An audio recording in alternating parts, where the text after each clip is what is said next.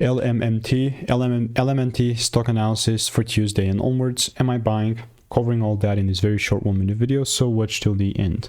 So as I'm just looking at Lockheed Martin Corporation, this is such an interesting one, because bro, looking at this, I saw decent, bro. This is a super cool, right, confirmation, and then it's kind of zoomed up.